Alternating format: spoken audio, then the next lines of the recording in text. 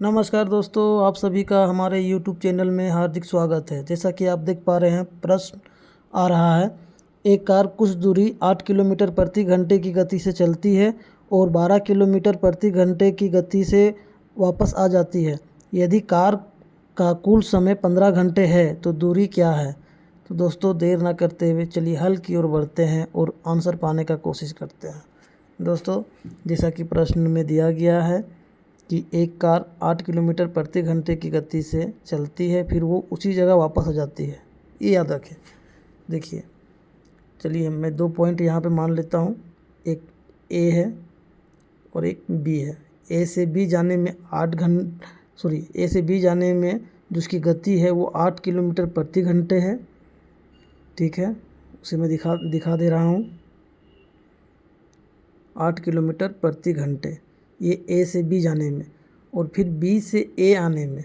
ठीक है, बी से ए आने में उसकी जो गति है, मतलब चाल है, वो है 12 किलोमीटर प्रति घंटे।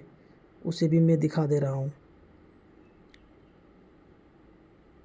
उसके बाद आप देख सकते हैं कि ए से बी और बी से ए आने में दोनों सेम दूरी, मतलब समान दूरी तय कर रहा है, लेकिन चाल अलग अलग है। और चाल अलग अलग होने से क्या होगा कि समय भी अलग अलग आएगा। हमारे पास तो कुल समय दिया गया है, कुल समय 15 घंटे है। तो चलिए मानते हैं, माना कि कार द्वारा ए से बी जाने में x घंटे लगता है।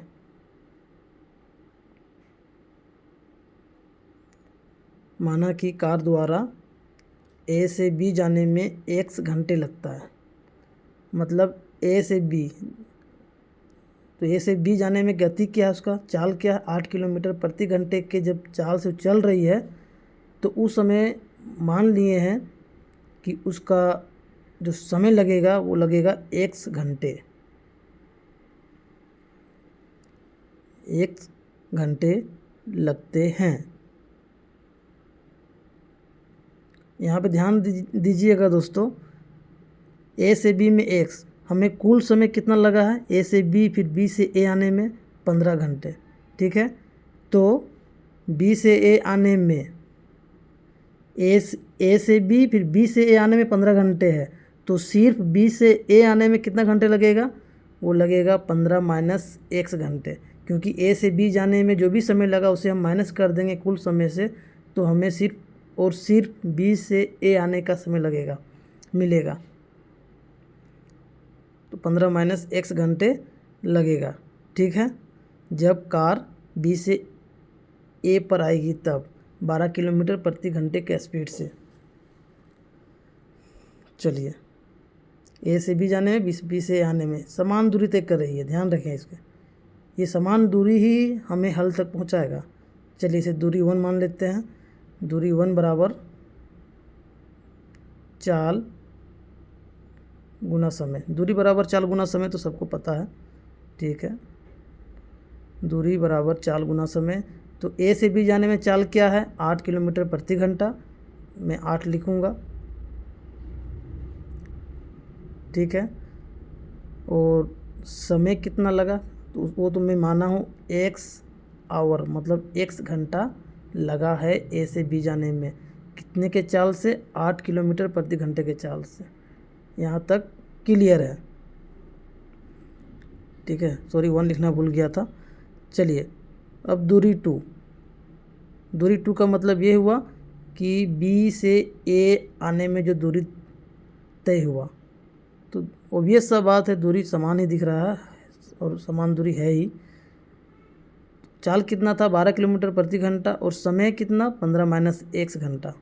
ठीक है, उसे भी मैं लिख चुका हूँ।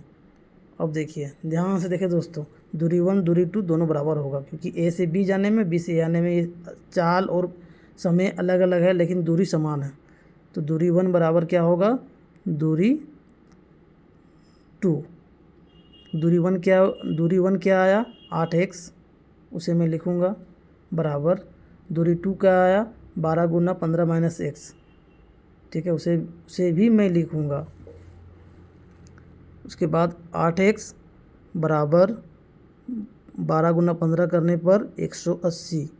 ठीक है, माइनस 12x।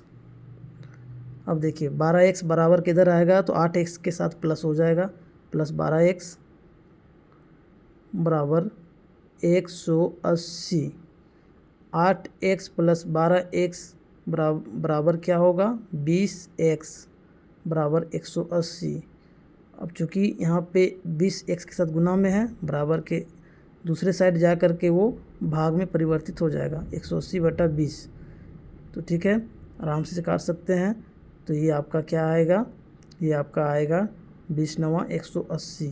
ठीक है, तो ये आ गया 9, x का मान 9। अभी आंसर नहीं आया है, x बराबर 9, 9 x क्या था, घंटा था, तो 9 घंटा a से b जाने में लगा।